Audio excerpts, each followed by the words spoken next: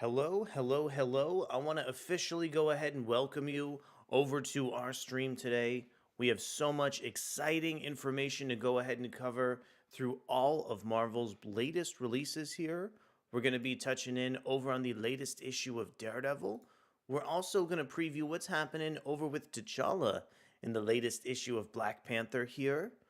Yeah, it's really epic to see how T'Challa's been exiled over from Wakanda. And also, this latest issue was set to introduce an X Men plot thread back into the narrative. So it's really going to be interesting to check in over on that series. Plus, a little bit later on here, we're also going to preview what's happening over with Mary Jane in the Jackpot series related to the Spider Man concepts. I think it's also going to be really interesting to see how Spider Man's supporting cast is being developed within the context of their very own series here. Plus, we haven't talked about DC Comics in a really long time. This week, we're going to touch on a preview of the latest issue of Green Lantern, specifically with Green Lantern War Journal, chronicling what's next for Jon Stewart. Plus, I'm also pretty thrilled because we also left a massive gap over with the X Men news stories. So, today we're going to go ahead and explore all the latest developments that Marvel has released for Rise of the Powers of 10, as well as Fall of the House of X.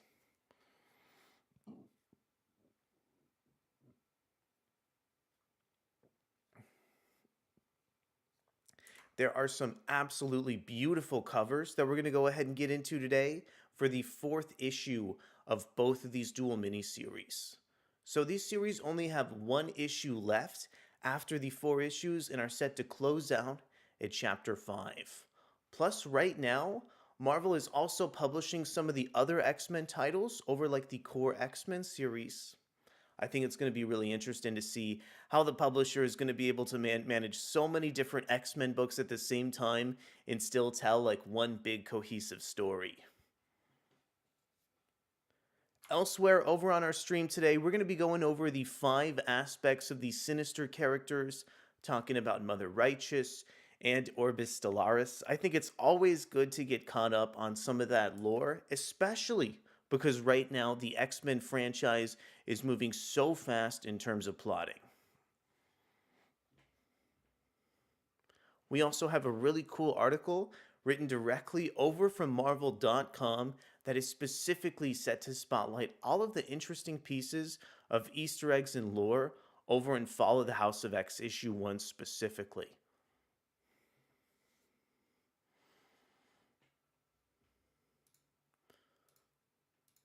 Let's see, what else do we have in store today? We're also going to be following up on the cliffhanger in Fall of the House of X issue 1 over with Polaris. That's also going to be a ton of fun. Towards the end of Fall of the House of X1, I definitely didn't see that cliffhanger coming at all. So I think it's going to be so cool to see Jerry Duggan follow up on that here. Just across the X-Men line in general, I love how the core title just pulls all these cliffhangers that keeps me interested in guessing up until the final moments here. My name is Arakko Braddock, and I want to officially welcome you over to our stream today. I think this is going to be a super fun stream. We're going to be talking about the future of Marvel Comics. We're going to be exploring Marvel Comics through some of their main superhero titles with books like Black Panther and Iron Man. We're also going to be touching on some of the latest developments for the brand new X-Men titles. Right now, we are at the very final stages, the very late stages over in the Krakoa books with the dual miniseries of The Fall of the House of X and Rise of the Powers of 10 set to close out that line. So we're going to spotlight some brand new covers, some brand new developments. I think it's going to be an incredibly fun stream today. Let's go ahead and get started by visiting the DC universe. I actually want to go ahead and talk about one of my very favorites ongoing DC comics over with its latest preview. So let's go ahead and check in on Green Lantern War Journal. Right now, I think this series has been so much fun over from DC Comics, following the protagonist of not Hal Jordan, but actually Jon Stewart. So readers over in Green Lantern War Journal get to see Jon go up against the threats of the Radiant Dead and Revenant Queen. which are actually multiversal threats. Plus, John is joined over with the Shepherd as well as Prophet Raynor. And plus, the characters of Steel and Natasha have also been supporting John. Another really interesting aspect about Green Lantern War Journal 5 is the fact that these Green Lanterns from the United Planets, known as Varen, are kind of serving as like hindrances over towards John in the issue as well. I also want to just spotlight this cover. This cover is absolutely amazing, illustrated from the excellent Montos here. There is so much just detail and visual fidelity across the page. I just love how Montos really takes this layout and applies like all these designs over to the interior art for the main book as well. Grayson Red, I am so glad you enjoy it. Frankly, I haven't heard enough people saying enough good things over on Green Lantern War Journal. Really, really fantastic to hear you enjoying the book. Without further ado, let's go ahead and check in on some of these preview pages. Once again, here, I think this page absolutely shows just how fantastic Montos is in an artist. The layouts, the sense of design is just absolutely amazing. I love like the panel bleeds towards the bottom of the page. There's some fantastic narration written over from Philip Kennedy Johnson. I'm going to read just a few passages of his narration right now. I used to think a Green Lantern's ring was just an extension of our will, but every tool is shaped by those who used it before us. This ring bound to me now, but it remembers its last owner too and what happened to him. I ask it to show me the radiant dead to help me find them. And what it shows me, I'm not prepared for.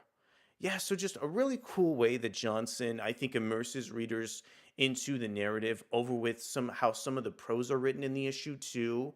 And I think this chapter is particularly fascinating because John is able to just take a few moments and see how like the infection of the radiant dead is just spreading across the earth. And we also have this mysterious logo and emblem just referenced again and again and again here. I love how just introspective Green Lantern War Journal is with just all these like stray pieces of prose where John is just analyzing the horrors of just how deep the infection spread. And of course, over for John, like the horrors of his life aren't over yet because on the next page he's able to catch up with Steel and Natasha over at Steelworks as these two characters start to like brief him over on the relationship and the sort of deteriorating condition over with his mother in the series. I think John's relationship with his mother, even before like Green Lantern War Journal started in earnest, is one of the most like emotionally charged relationships across this entire series. I really love how Johnson has featured like new developments, but has paced them really slowly to get readers like as immersed as possible. Also, I think some of the colors from Adriana Lucas and Christopher Sotomayor here are just simply amazing. I think the way that they're able to vary up, some of the locations and settings between John fighting the Radiant Dead and interacting over between Steel and Natasha is just simply beautiful here. Once again, John faces these conflicted feelings about John's mother, referencing somebody named Ellie, who's also related to the family that has just an incredibly tragic backstory. And I think the way that this is like an opposite sort of bleed, where John's head is protruding from the page, featuring this like really harrowing group of text, is just a great and emotional way to get readers interested here. This is a super cool preview over for Green Lantern War Journal. I think this preview, these 5 or 6 or so couple pages alone, just do a phenomenal job, showing readers how complicated and just, really difficult John's life is lately over as a Green Lantern. And I think this series so far has a great sense of pacing, and I'm really interested to see how it develops as time goes on here. All right, so that was our very brief look over at Green Lantern War Journal. Thank you so much for sticking with me. Hope you enjoyed a brief look over at that title. Let's go ahead and continue the previews going here over with our next comic book. Look at this. This is the latest issue of Daredevil. I think Daredevil so far has been great in this current run over from Saladin Ahmed. We've also had a number of different artists contributing to this book right now. Currently, Matthew Murdock is slated to look after the St. Nicholas Youth Home and protect some of the children there. And there's been a gang really amongst the police known as the Heat that have been causing so many issues over from Daredevil. Also, this gang is also headed up over from the villain of Bullseye. So right now there is just so much just impressively high stakes. There is so much that Daredevil has to fight through in the context of his own series. Plus, recently, one of Daredevil's like greatest friends was also infected over from like a demon here. So there's just so much to go through over in this latest chapter of Daredevil. Let's go ahead and see how Daredevil interacts with She-Hulk in the context of this latest series where Daredevil has now become a priest. This one coming in over from Adventures in Poor Taste, written by Saladin Ahmed, and we have art from Farid Karami and Jesus Abertov. Daredevil's second arc begins with a brutal bout. In the senses-shattering second arc of Daredevil, creators Saladin Ahmed and German Peralta continue the explosive debut of this new series featuring an all-new villain for Daredevil to face down. So this issue is actually illustrated over from Farid Karami. We have just a really beautiful and really impressive line here, which is just much different from some of the art that we see over on the usual series, but also really impresses with that sense of design here. Let's go ahead and preview some of the interior art over on Daredevil issue 5. So just to start off this issue, I think there is so much detail in terms of Karami's line here. Also, I just think that the way that Matt Murdock is able to utilize his radar senses in the third panel is super interesting. Also, this scenario that Saladin Ahmed was able to craft, where Matt Murdock is trying to buy a television, but is really just sort of apprehended over from the price of the television set over for the small children, is just really beautiful here. Thank you, Twitch chat, for knowing just how bald I am. I really appreciate it. I am, for the matter, bald, and we are indeed talking about the latest issue of Daredevil. Let's go ahead and check this one out here.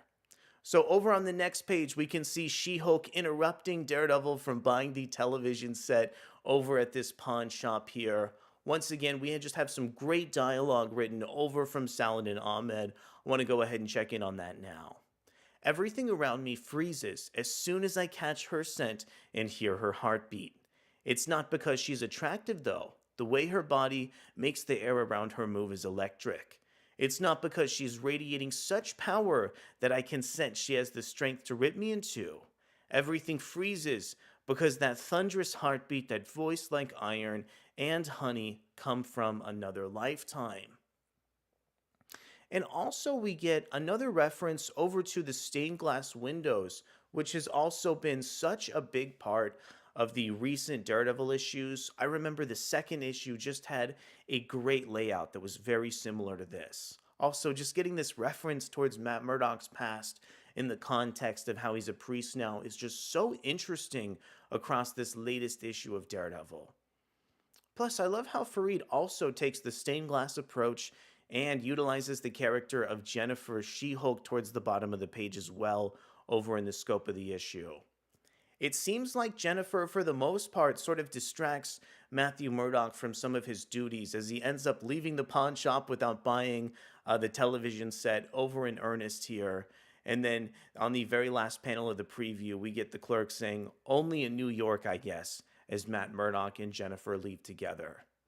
So very interesting preview of Daredevil. I really love how this preview introduces the character of She-Hulk, but still works with Matt Murdock towards the St. Nicholas Youth Home. Also, I think this issue and series of Daredevil just as a whole has done a fantastic job just exploring this premise and increasing the stakes of the latest issues of Daredevil, really, as each series and issue goes around here. I am so excited that Saladin Ahmed has really stuck to this premise, and I cannot wait to see how Daredevil evolves in the near future. Let's go ahead and talk about our latest series here. This is the latest volume of Black Panther.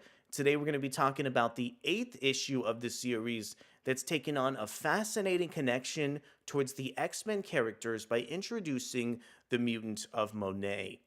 Right now, T'Challa, Black Panther, is in a really interesting state is in the last series, he was actually exiled over from the nation of Wakanda here. So right now we have a king who's really been disgraced, whose resources are a little bit strapped, who's in a much more like different context than he was previously.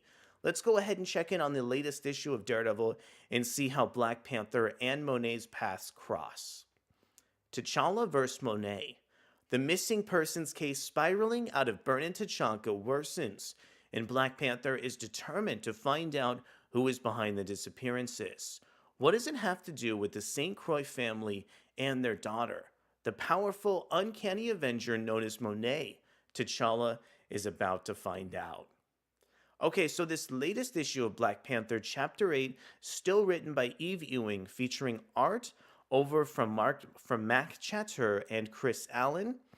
We have inks over from Mac Chatter and Craig Young, colors over from Jesus Abertov, and letters from VC's Joe Sabino. I want to go ahead and get right into it. There's a lot of fantastic dialogue over from Black Panther and Monet that will get us caught up on kind of why the two have a little bit of animosity and a little bit more about how they plan on dealing with it. So we get T'Challa saying, Miss St. Croix, I meant no disrespect in your father's home. I am here on urgent business. But I must confess that I'm surprised to see you aren't mutants global fugitives, meant to be imprisoned on sight. So already we get a reference to T'Challa, who's seemingly directly broken into Monet's family's property. Monet says in response here, certainly, I was already alerted that one of the psionic barriers I placed upon my family's properties had been breached, so I came straight away. I am not supposed to be here, but more importantly, you're an imposter and you're trespassing. I've been so impressed with the tone of the latest Black Panther series. Eve Ewing is a writer who I've really never been sort of acclimated to up until this most recent Black Panther title, but as I've checked out like each and every issue, I've been shocked at just how great a lot of the dialogue has been in this series and with how some of the story scenarios are written throughout the book as well. Okay, let's check in on the next page. We have some direct blows over between T'Challa and Monet. T'Challa says, I am the Black Panther. No step I take on the Wakandan land can ever be trespass. Monet, the disgraced king exiled, and Wakanda has gone to seed charlatans pretending to be. Miss St. Croix, please stop this nonsense and we can talk. I believe we both want the same thing. Monet directly references that Black Panther T'Challa has brought the fight towards her house, and Black Panther fights back, stating, this is still my country, with his last words being, we can end this, Monet. So yeah, this seems like a really deadly fight between these two characters. I am loving the context. I am loving how I really think Eve Ewing, as a writer, has been reaping all the rewards of a T'Challa who's been a little bit more like burnt off from some of the resources, who's been a little bit more desperate. Pitting a character like this against such like an ancillary X-Men feels like a fight that you would never expect to see, but really helps deepen and just expand what's going on in both the Black Panther and X-Men comics. I really like how Marvel's publishing line is doing this. I really want to see more combos between Black Panther and like C and D list X-Men. Also, I think the art in this one is really beautiful over from Mark Jeter and Chris Allen. There was some great attention to detail and some really fantastic anatomy over across these preview pages too. I know a lot of fans seemed like they were so apprehensive towards like a T'Challa who is like more broken off from some of his resources, but this more like broken off T'Challa seems like it opens up a lot more story ideas, at least for me over as a reader here. All right, so that was Black Panther. Let's go ahead and continue our Marvel previews. Right now, I even have no idea what our next comic book is. Okay, it looks like this is Jackpot. So this is the series spinning into Marvel's main Amazing Spider-Man series over with Mary Jane. Mary Jane recently just got powers and became the character of Jackpot. So we're going to be covering that in a lot of context here. Over towards the start of this Spider Man run, we saw Mary Jane break off her relationship over with Peter Parker and start one over with the character of Paul. Paul had some children that Mary Jane really seemed to love and get close to, but it turned out they weren't real as the result of one of the most recent Spider Man arcs. And this, I think, really psychologically damaged Mary Jane. Mary Jane's friend Black Cat gave her this jackpot costume and seemingly a new lease on life where Mary Jane might become a superhero. Let's go ahead and check out the latest issue of Jackpot. Let's go ahead and check in on everybody's very favorite Spider Man character, Paul. This one coming in over from Adventures in Poor Taste. Always bet on red and pick up Mary Jane's first solo story since her superhero debut as Jackpot. New York City is in chaos as the superpowered criminal gangs are at war and it's all hands on deck. It's a baptism by fire, but come on, this is Mary Jane. What can't she handle? This Jackpot issue written over from Celeste Bronfman featuring art from Joey Vasquez and Eric Gapster. We have colors from Edgar Delgado and Eric Arcienega, letters from VC's Ariana Mayer, and a cover from Pablo Villalobos and Romulo Fajardo Jr. My apologies if I misspoke on your name here. With the recent loss of their children, Mary Jane and her partner, Paul, have been working through unfathomable grief. At the urging of her friend Black Cat, MJ has begun to cope by helping the community with her new powers. The training wheels are about to come off, though.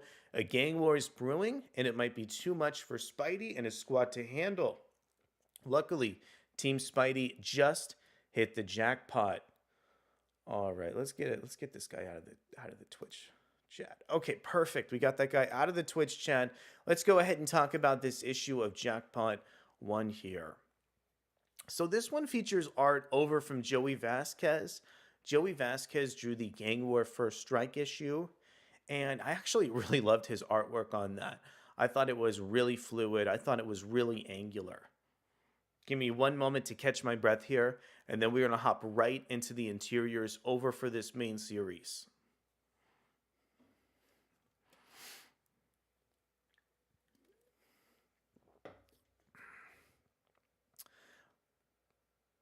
Okay, so we have a fight over between Mary Jane as Jackpot and the new Electro. And yeah, I really think Vasquez is introducing a curvy line here that also gets a lot of detail out of the backgrounds too. I think this is just a quite striking page here, even though it's a little bit more curvy and exaggerated as opposed to what I typically look for in superhero art. We also have some narration written over from Celeste Bronfman. Our choices lead us exactly where we're meant to be. So it's fair to ask which of my choices landed me here.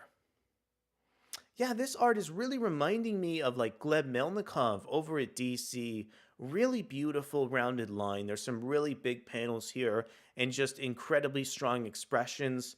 I think this is also kind of like motivated and fueled over by like manga art due to just how expressive a lot of these individual faces on the page are.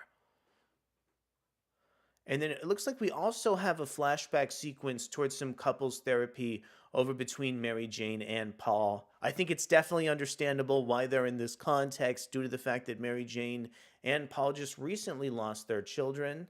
But it's good to see that Mary Jane on this page is in a better mood than she usually is. It felt like in the aftermath of some of the more recent Amazing Spider-Man issues towards the past, she was really sulking and wallowing through a lot of those different titles.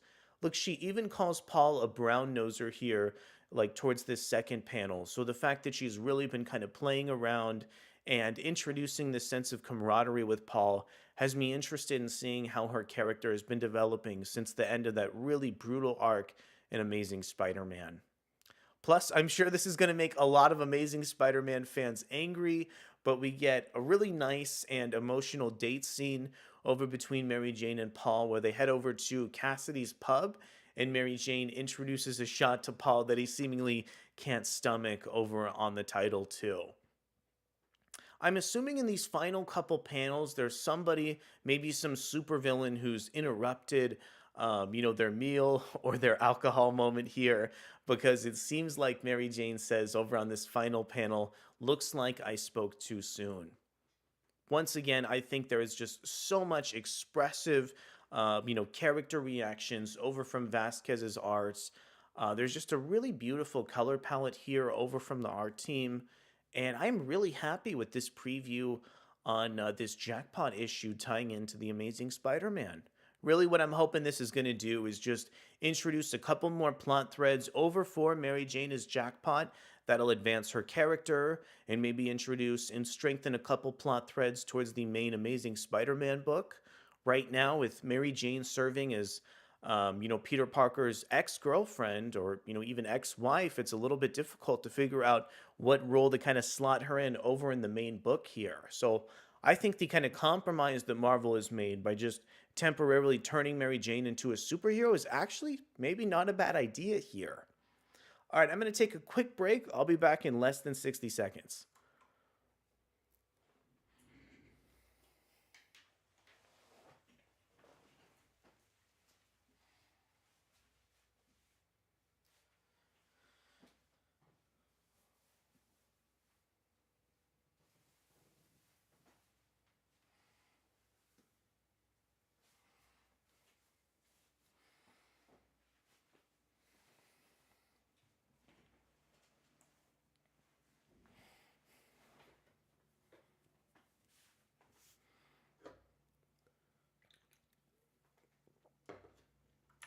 What if I told you we weren't done with the previews? That's right, we have the latest issue of Iron Man.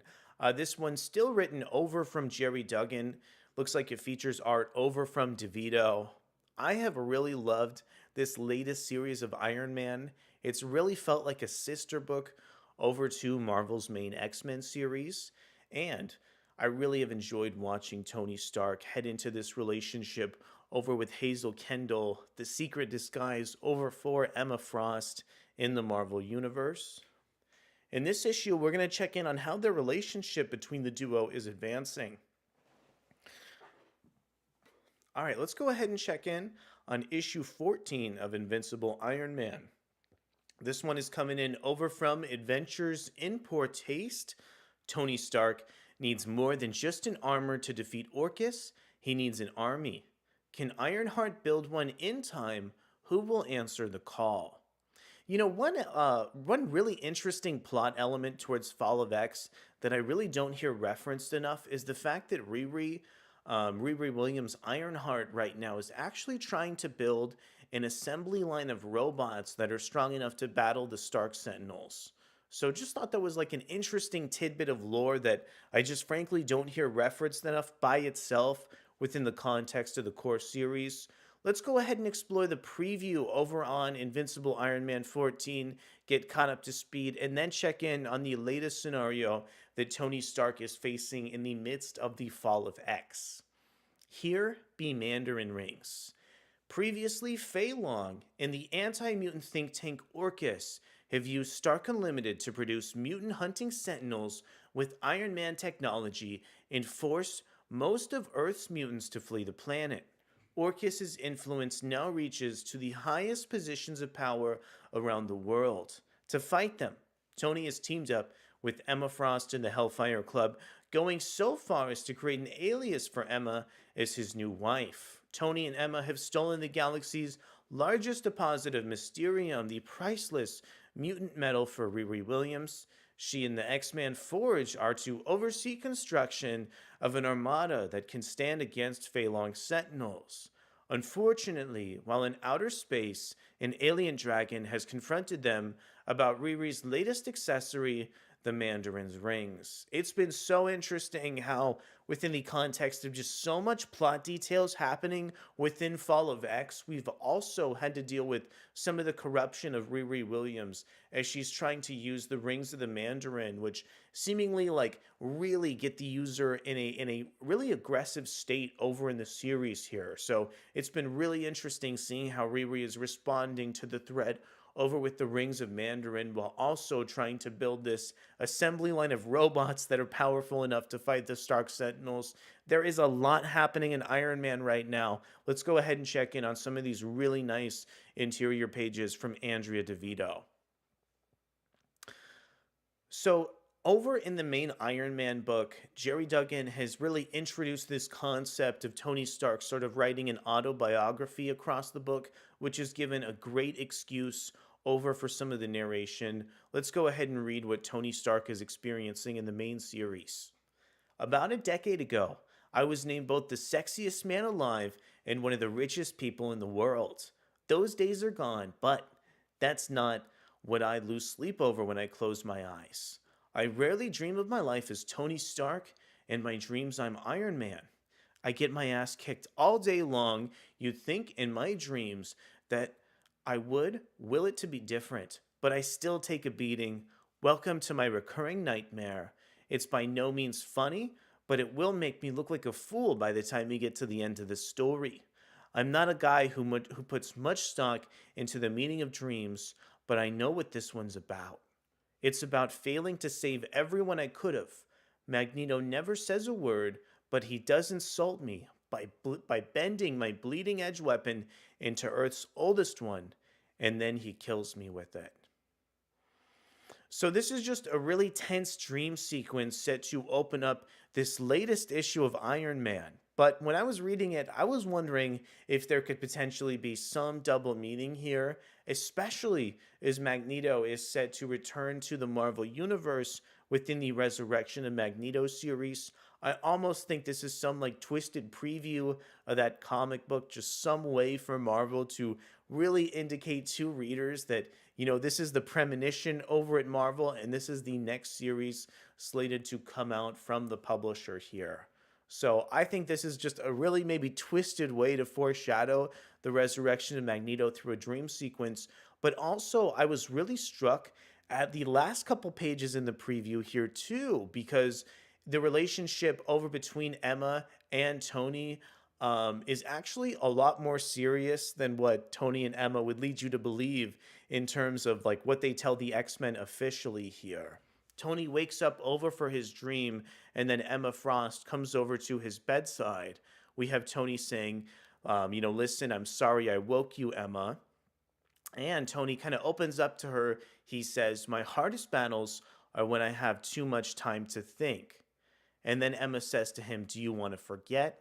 So then, over in the context of this issue, it looks like we have the official confirmation that Tony and Emma are getting closer than ever before here.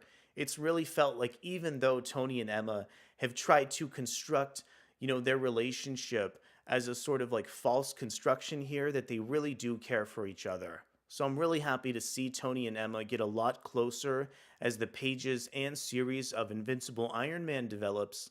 I also love how Jerry Duggan has really utilized this book as an ancillary sister title for some of his Krakoa series, and has really just implemented a lot of interesting Iron Man lore over towards Marvel's Fall of X.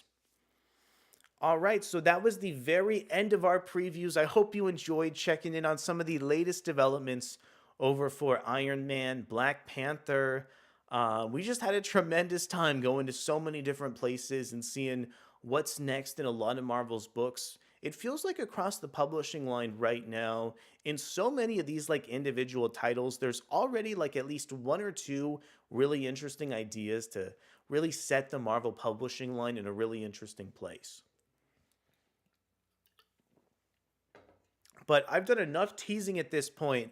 Let's go ahead and just go directly into some of the latest and greatest X-Men stuff here. Behold, Professor X's Nightmare, and the final move of Mutant Kind's greatest traitor in Fall of the House of X issue 4 and Rise of the Powers of 10 issue 4. So we're going to go ahead and cover the latest covers over for these dual miniseries set to close out the Krakoa era. These are some of my very favorite comics right now. I am thrilled to check in on just the latest developments for these books and to see what causes Moira's battle with Cyclops as previewed over on that cover here. This one is coming in over from Marvel.com.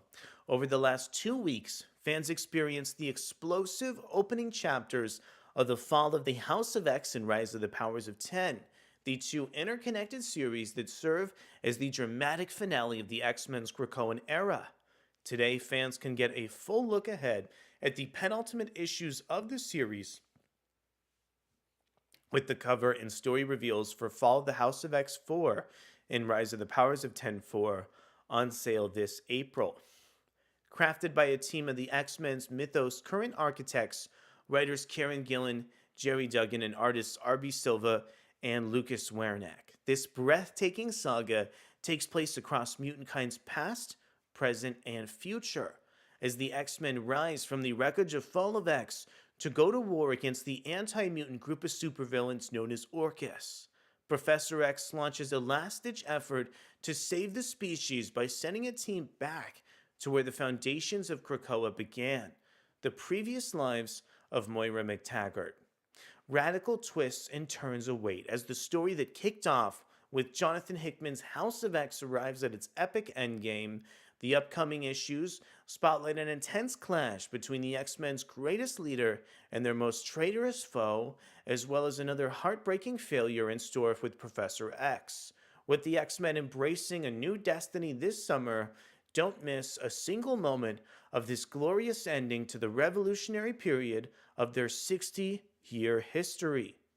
Okay, so I actually have a little bit to say in terms of this latest X-Men issue.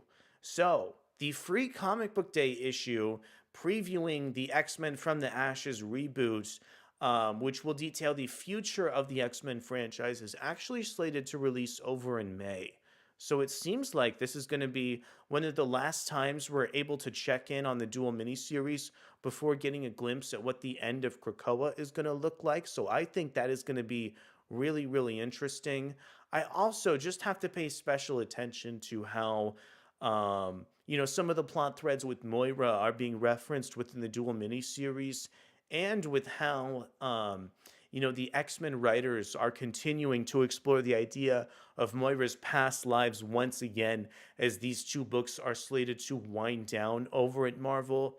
There are just so many cool ideas and concepts that were opened up in terms of the initial, House of X miniseries, and the fact that our creators are winding them down and utilizing the late stage Krakoan plot threads with ideas like Sins of Sinister has me more excited for these books than I have been for like almost any other comic book ever. So once again here, I'm just really excited to go through and talk about a lot of these individual books with you.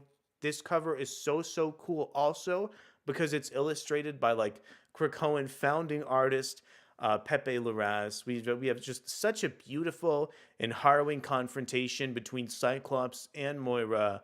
Just such a visually striking cover that just details the emotional splendor and beauty over between Fall of the House of X and Rise of the Powers of 10, and just pure emotion here. Super epic cover. Super happy to check this one out and to cover just all the X-Men books so closely with you over on these streams like each and every week. Grayson Red, you know what? All week long, I have been struggling to try and pick up these issues physically. It feels like these comic book stores are just not ordering enough of these comic books. I was able to get my hands on Fall of the House of X physically, but Rise of the Powers of 10, I am like still trying to track down. We'll see if I get it. Maybe I'll go out a little bit later today. Okay, cool. Let's go ahead and read through this solicit text. I don't think we need to read through the creative teams. We've already said Jerry Duggan and Lucas Wernick are on this series. My ally, my enemy. They say a wounded animal can be the most dangerous kind of animal to face. As the fight between the mutants and Orcus reaches a deadly pitch in Fall of the House of X4, a startling revelation rocks the X-Men to their core.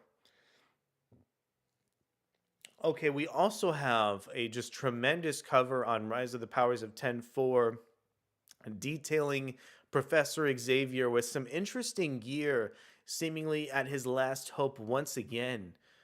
For me, this is kind of like referencing, some of the emotional splendor within the aftermath of the Hellfire Gala, where it just felt like there was so much pain in the midst of the X-Men's battle with Orcus. So this issue is written by Kieran Gillen, illustrated once again by Krakoan founder R.B. Silva. Who is Traitor X?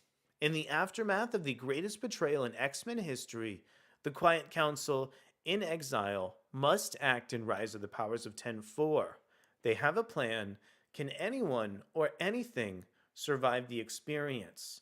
Okay, I've heard this reference about a Quiet Council popping up in the future of these X-Men titles. So now I'm realizing that this future Quiet Council is actually happening within Rise of the Powers of 10, which is really interesting to note within the issue.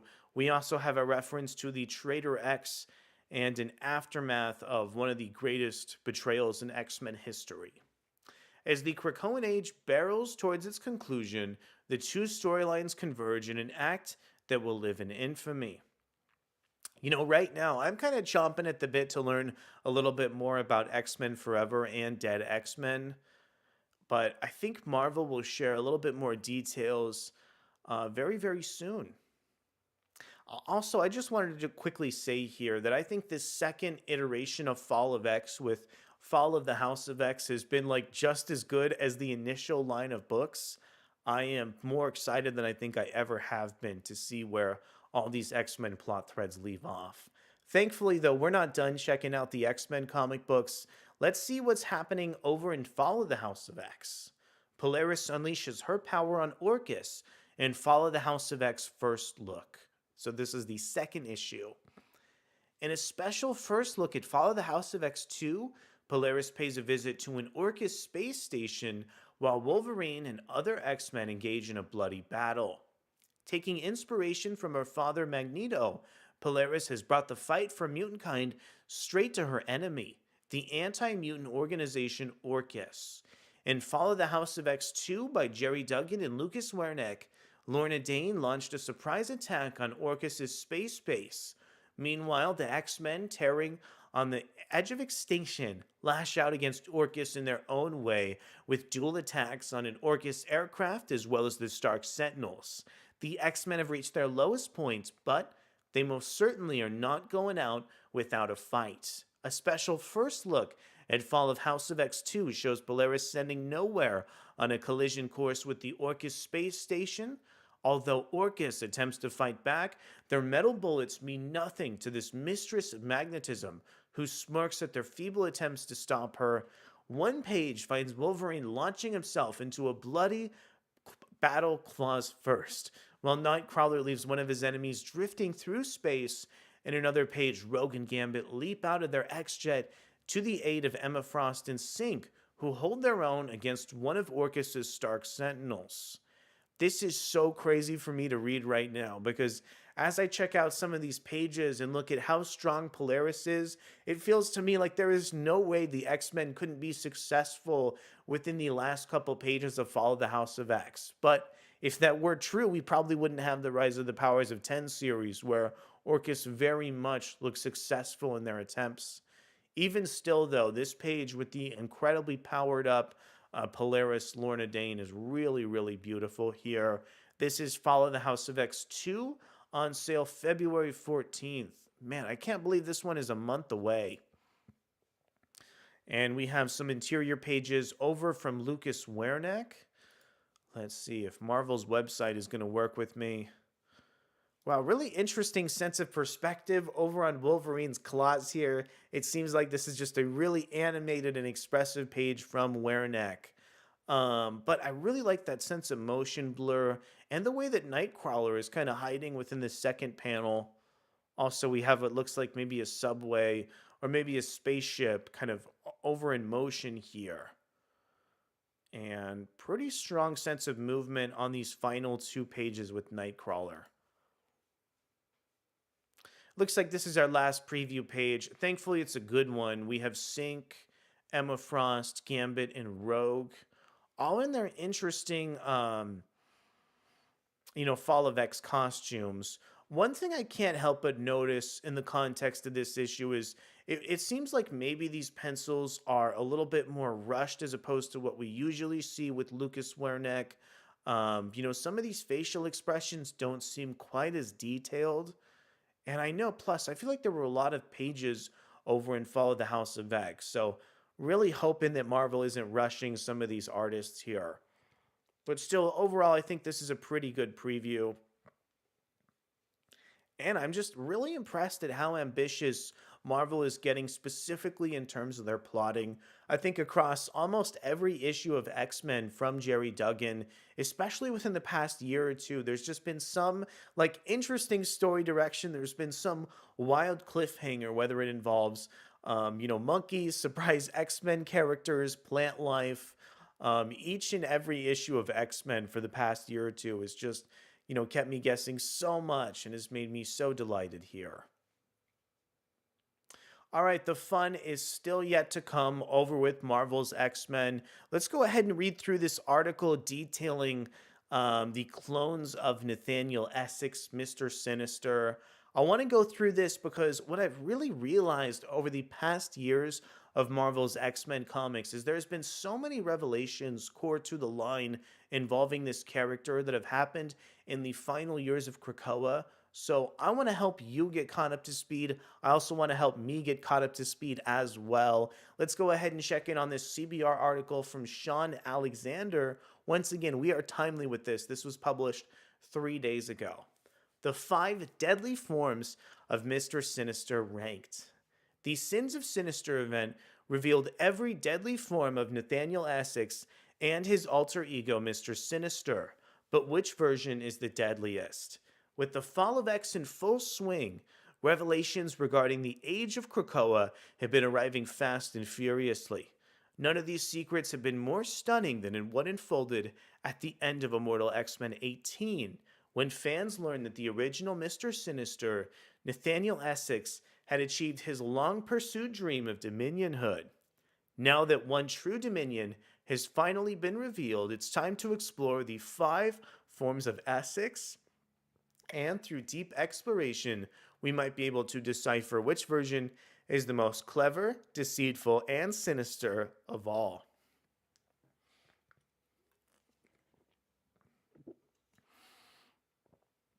All right, looks like our number 5 pick is actually going to be Orbis Stellaris. Orbis Stellaris first appeared in Sword issue 6. I remember the first time I saw Orbis Stellaris, I was really confused. I was really afraid, and I just had no idea how Orbis synced back up to the rest of the X-Men line. Once again, this is a pretty new character in terms of Marvel Comics, first revealed in 2021. Despite his frail body, Orbis Stellaris turned himself into an intergalactic powerhouse by becoming a cosmic arms dealer. This sinister clone with the black spade in the middle of his forehead dramatically prolonged his life with the help of a construct that made him equal parts organic and mechanical.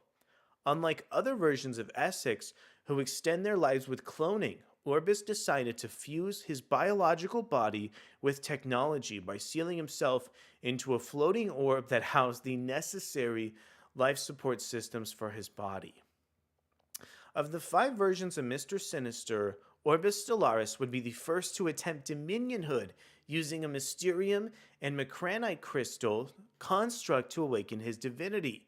Unfortunately for Orbis, the Enigma blocked this attempt and consumed his progress. For a long time, I thought that Orbis Stellaris was like the most powerful version of Sinister.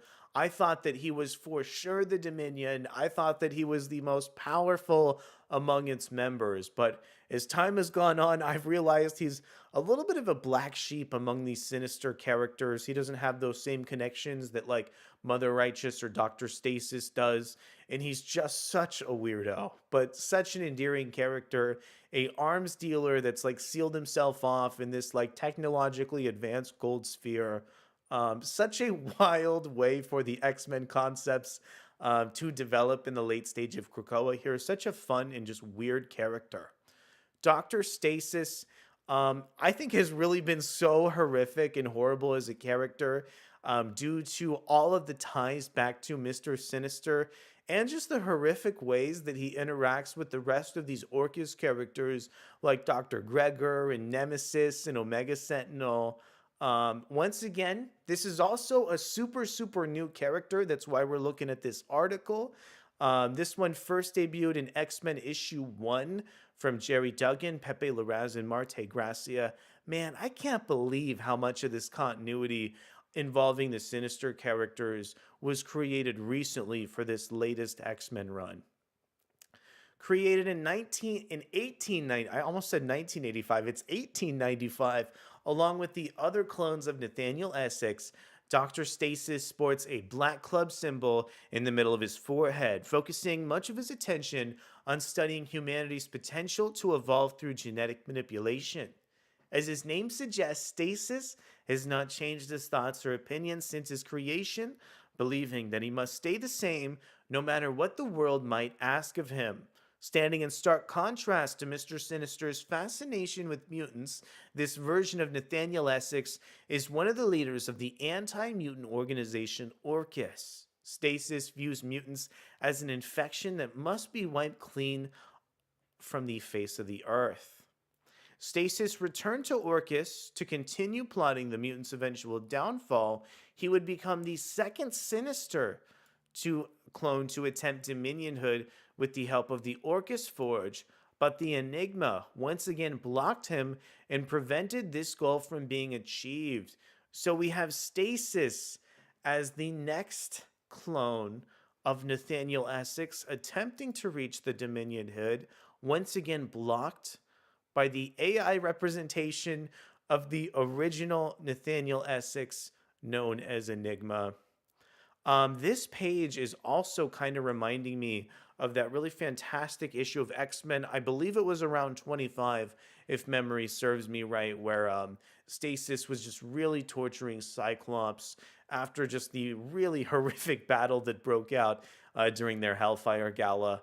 I love Stasis's attitude. I love his interactions with Mother Righteous and some of the rest of the Orchis characters. He's been such a bright spot in the midst of just the really dark subject matter, over in Orchis in the Marvel Universe.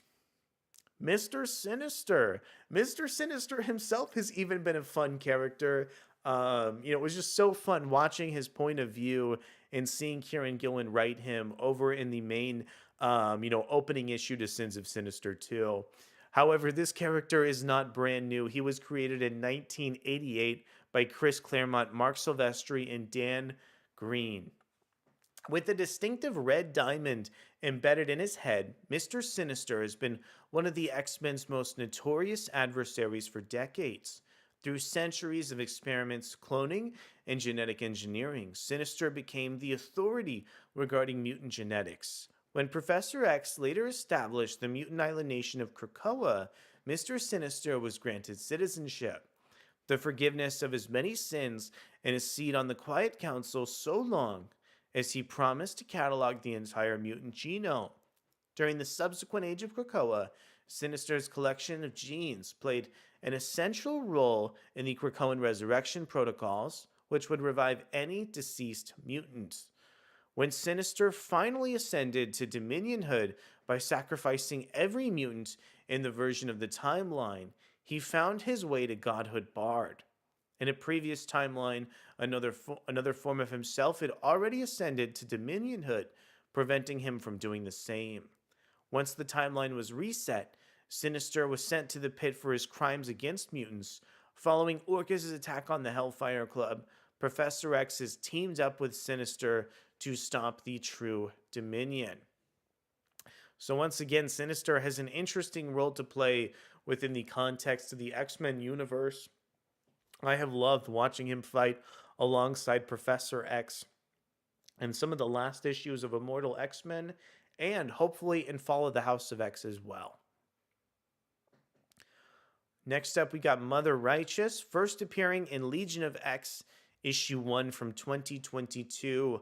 Mother Righteous has really made a name for herself with all of her surprise plans and just some of the interesting way her dialogue is crafted by creators like Cy Spurrier and Kieran Gillen too. She's got such an interesting visual design as well, with all these like orbs connected to her with these like strings in the background. Such a fascinating character. Also very new character created recently in this X-Men line. Mother Righteous is dramatically different in appearance from her other clone siblings. She's female with red skin, a deep understanding of arcane magic, and a white heart symbol stamped directly in the middle of her forehead. Unlike the others, she was physically and psychologically modeled after Nathaniel Essex's wife, Rebecca, a secret Mother Righteous has been aware of from the beginning. Under the pretense of helping Nightcrawler, Mother Righteous continued to enact her plan, ultimately resulting in the Quiet Council's dissolution of her path toward achieving dominionhood. When the time finally arrived, however, she too would fail. Mother Righteous's attempts to reach godhood in the White Hot Room would be blocked by Enigma, which was finally completed after all 4 Dominion attempts were defeated. Man, Enigma is really working overtime and blocking each of these Sinister's attempts to Dominionhood, maybe aside from the main Sinister here. In fact, let's go ahead and detail Enigma himself, who was actually created in a different series, Defenders Beyond issue 5. So Enigma was created by Al Ewing, Javier Rodriguez, Kieran Gillen, and Michelle Bendini. Initially a human scientist who had been altered on a genetic level led by Apocalypse, Nathaniel Essex rebelled against his enslaver and, fearing the capabilities of artificial intelligence, created 4 clones: Mr. Sinister, Dr. Stasis, Mother Righteous, and Orbis Stellaris, to reach Dominionhood through mutants, posthumanism, magic, and cosmic powers, respectively. What makes this version of Nathaniel Essex the most potent form of Sinister? The fact that Dominions are omnitemporal and practically omnipotent means they exist out of time and are thus godlike in power and ability. According to the Beyonders, only 2 things could potentially stop a Dominion: Concordance Engines and the Enigma Force. This begs the question, will the X-Men be able to defeat this massive, nonlinear threat? Ironically enough, only time will tell. All right, this was a really tremendous article over from CBR. Really loved all the research that the journalists did, and just the way that they present this new format by detailing, where some of these characters were created from, gives so much great context here. It's been such a joy to see the Stasis characters really develop out of this late stage X-Men concepts. I really think this has been probably one of the best single aspects of Krakoa, and something that I hope the X-Men continues to write into as we get to the From the Ashes reboot. However, the fun with the X-Men still isn't done. We have 2 more articles left on our stream. Let's go ahead and talk about a brand new Fall of X arc coming out over in X-Men Unlimited. This one written by Robin Belts over on Marvel.com. An all-new mega arc begins in X-Men Unlimited 121, the latest story in the ongoing series from Marvel's Infinity Comics that follows mutant kind in their current comics continuity. Across 20 chapters each Monday, follow the latest storylines in the Fall of X, an epic run from creators like Steve Orlando, Steve Folks, Nick Roach, Yen Nitro, and more. And it all starts in issue 121. Really cool to see Thunderbird represented in some of these comics, and some of these more ancillary mutants to be able to get their own Fall of X stories within X-Men Unlimited. Sadly, I've not had the chance to really check out X-Men Unlimited, but with creators like Steve Orlando and Steve Folks attached, I feel like there's probably some good material within the scope of some of these books here. When the anti-mutant organization Orcus made their move at the annual Hellfire Gala, a blow was struck against mutant kind, maybe the worst in the species' history, with many mutants outright killed and many thousands more missing have been forced to flee the planet. Things are harder than ever for those left behind to fight the good fight. No longer simply hated and feared, every mutant remaining on planet Earth is a fugitive, living under the Lamb, or in one of the extremely small numbers of tentative safe havens. 2 such brothers, John Proudstar Thunderbird and James Proudstar Warpath, are 2 fugitives. Having returned to Camp Gosho for refuge, the Proud Star brothers are attempting to find peace, but when Orcus comes knocking, they'll knock some heads together instead. Read the first part of this 20-part story in X-Men Unlimited 121 and continue following the story each Monday on the Marvel Unlimited app. Yeah, I think it's really epic to see the two brothers reunite in the context of Fall of X here. Definitely seeing a little bit more loose art than what we usually preview with the X-Men books, but I still enjoy just the big anatomy and the kind of hook in characters, as well as like the subject matter too.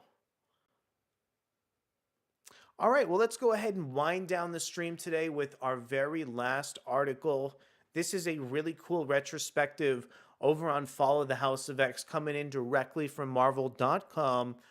This one written by Tim Weber. Fall of the House of X Issue 1 and Rise of the Powers of 10 Easter eggs, references, and callbacks. The island nation of Krakoa was supposed to be a paradise for the X-Men and the rest of mutant kind, a place where they could safely build a sustainable future. But the mutant-hating organization Orcus has turned that dream into one of mutant kind's darkest chapters. With most of the world's mutants dead or missing, and the surviving X-Men forced underground, Orcus launched its final attack on mutants and followed the House of X-1. Meanwhile, Professor X and his closest allies try to stop a future where Orcus and its mutant-hating machines win before losing to an even more terrifying power in Rise of the Powers of 10-1.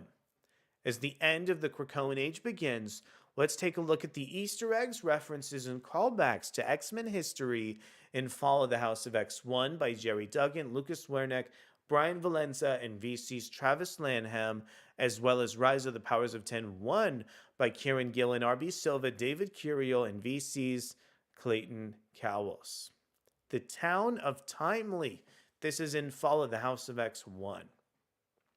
As Fall of the House of X-1 opened, Cyclops dreamed that his trial took place in an old western town called Timely. During Secret Wars, the town of Timely, New Mexico was part of Battle World, a patchwork world made up of parts of alternate realities.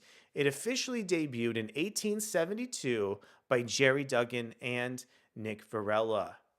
So cool to see like these really small and ancillary links towards the Battle World aspects of the Secret Wars crossover over from 2015. But as I stated over in my review on Fall of the House of X, the real reason why this sequence stuck with me as much as it did was because of the way it referenced all these late stage X-Men characters like Sinister, Destiny. I think there was even a reference to Jean Grey too. In this dusty corner of the multiverse, heroes like Sheriff Steve Rogers, inventor Anthony Stark, and the Cheyenne warrior Red Wolf fought Wilson Fisk, the town's brutal mayor. In Cyclops' dreams, however, Timely is populated by Professor X, Jean Grey, and the other mutants of the Krakoan era. The Trial of Cyclops. Yeah, this has been a really cool idea that's been developing in the X-Men for a really long time. As Cyclops faced an Orcus-orchestrated trial in Paris for his perceived crimes, the proceedings included several callbacks to other trials from X-Men history. For instance, Cyclops wore a second X-Men costume for the trial, which he wore when the Phoenix was put on trial during the Dark Phoenix saga in Uncanny X-Men 137 by Chris Claremont and John Byrne. Cyclops also recalled the similarities between his trial and the trial of Magneto. Another highly publicized spectacle from Uncanny X-Men 200 by Claremont and John Romita Jr. Additionally, this situation echoes Cyclops' imprisonment in Avengers vs. X-Men Consequences by Kieran Gillen and Tom Rainey. Cyclops was incarcerated for his crimes during Avengers vs. X-Men. Scott Summers saw himself as a political prisoner in that story, much like he does now. Yeah, it feels like during the Krakoan era, Cyclops has been in the middle of some of the most interesting plot revelations. I feel like he was almost secondhand responsible for causing some of the worst aspects of Judgment Day by revealing some of those aspects of mutant resurrection.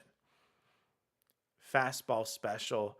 Man, Marvel has written so much marketing material to talk about the fastball special and the screwball special. I am clearly aware that Wolverine and Colossus have this special move across the X-Men series, and I definitely appreciate that Chris Claremont and Dave Cockrum debuted the move in X-Men issue 100. The Orcus message. The Orcus message. Let's see what this is. After Cyclops was found guilty at his trial, Orcus launched its final assault on the world's mutants with the global broadcast that echoes the start of the Krakoan era. Oh, I don't think I caught this.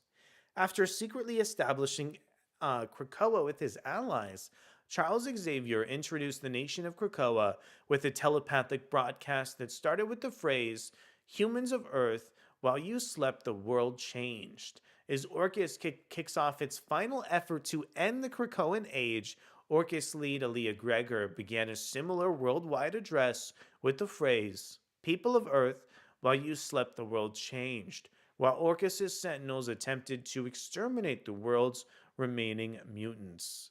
I think it's really cool how there was so much lead up to the appearance of the Stark Sentinels within the main Invincible Iron Man comic book. It just feels like we've kind of been watching a lot of Fall of X happen in slow motion as the X-Men largely turned a blind eye over to Orcus for almost all of the Krakoa runtime before it was way, way too late. The X-Men's allies. As the X-Men prepared to fight Orcus, Shadowcat's unique ability to use Krakoa's global portal system allowed her to coordinate with the team's remaining allies. Kate Pryde checked in with Iron Man and Emma Frost, who married Tony Stark during an undercover in Invincible Iron Man 10 by Jerry Duggan and Juan Frigeri.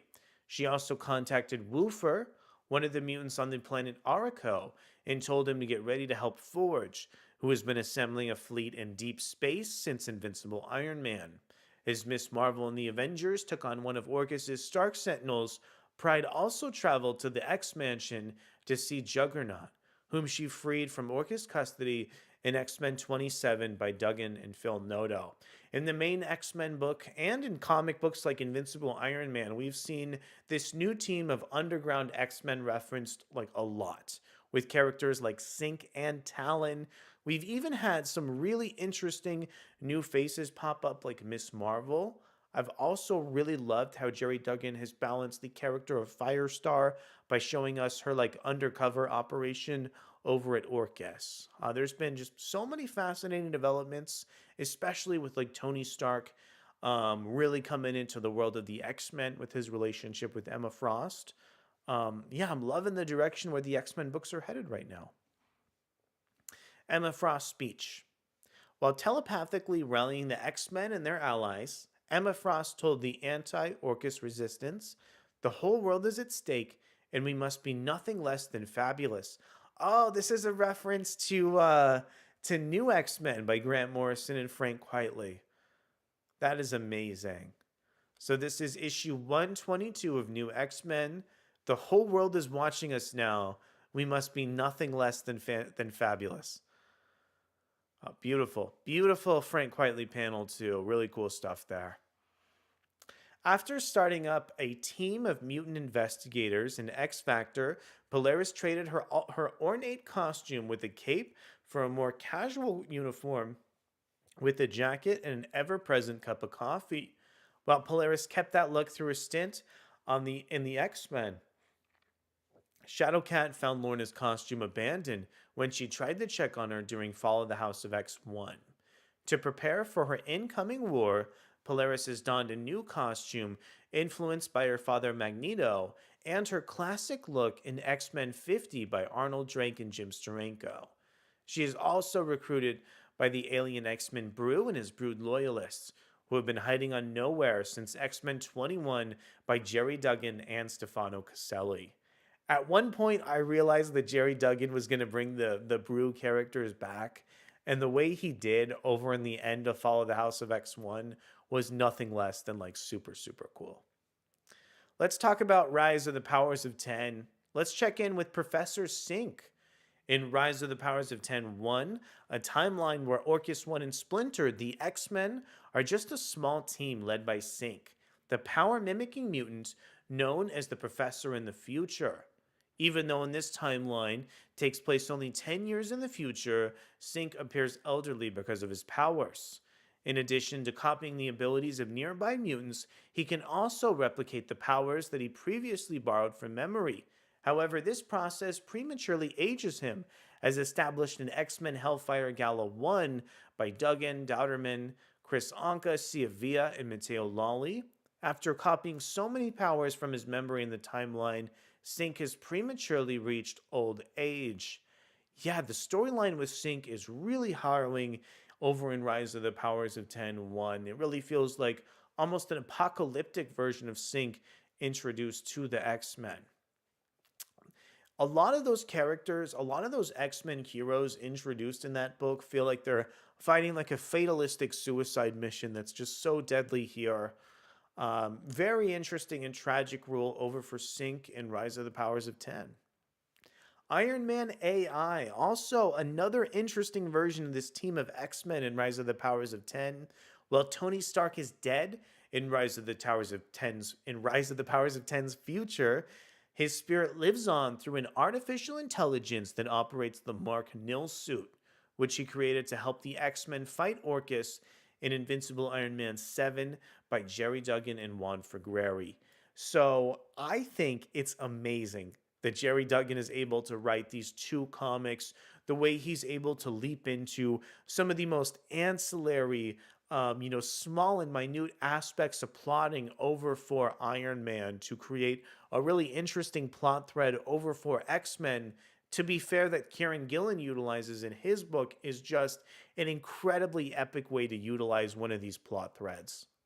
On 3 separate occasions, Stark has created artificial versions of himself to operate in his absence.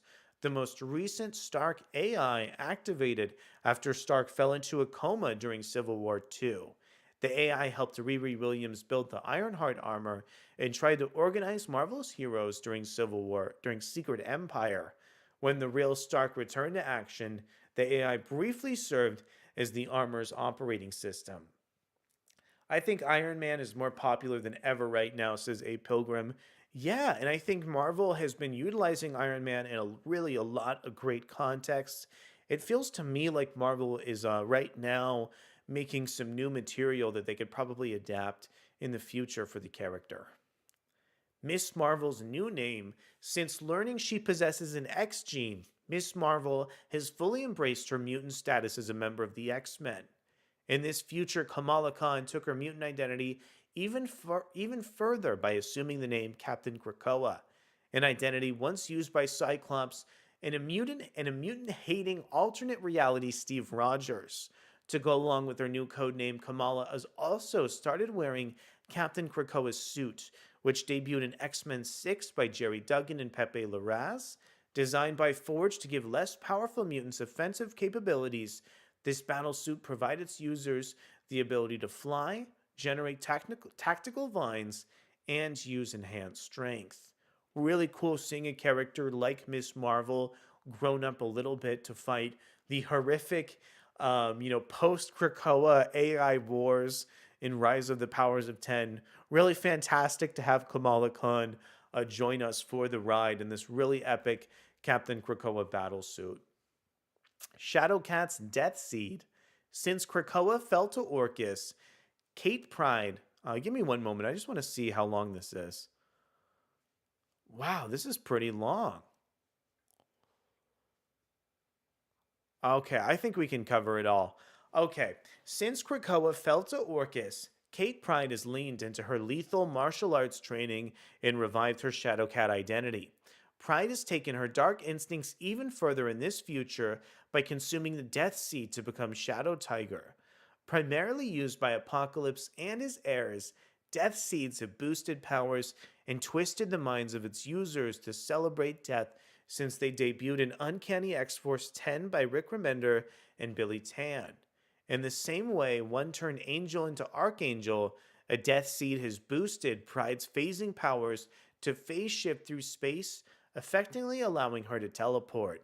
I did not realize that some of the plot threads were utilized from X-Force, especially with that Death Seed that turned Angel into Archangel. Really cool way to turn, Kitty Pryde over from like the Shadow Cat into the Shadow Tiger. A very creative way that Marvel has launched all these late stage X-Men in Rise of the Powers of 10. Also, I like that Wolverine is normal to contrast against some of the really interesting status quos of the rest of the X-Men characters too. The Dominion. Having split from Orcus and its human members, Nimrod led this timeline's other AIs into an attempt to summon Dominion to assimilate the Earth. Existing outside of time and space, a Dominion is a sentient singularity that is essentially the final evolution of all machines, technologies, and AI in the Marvel Universe.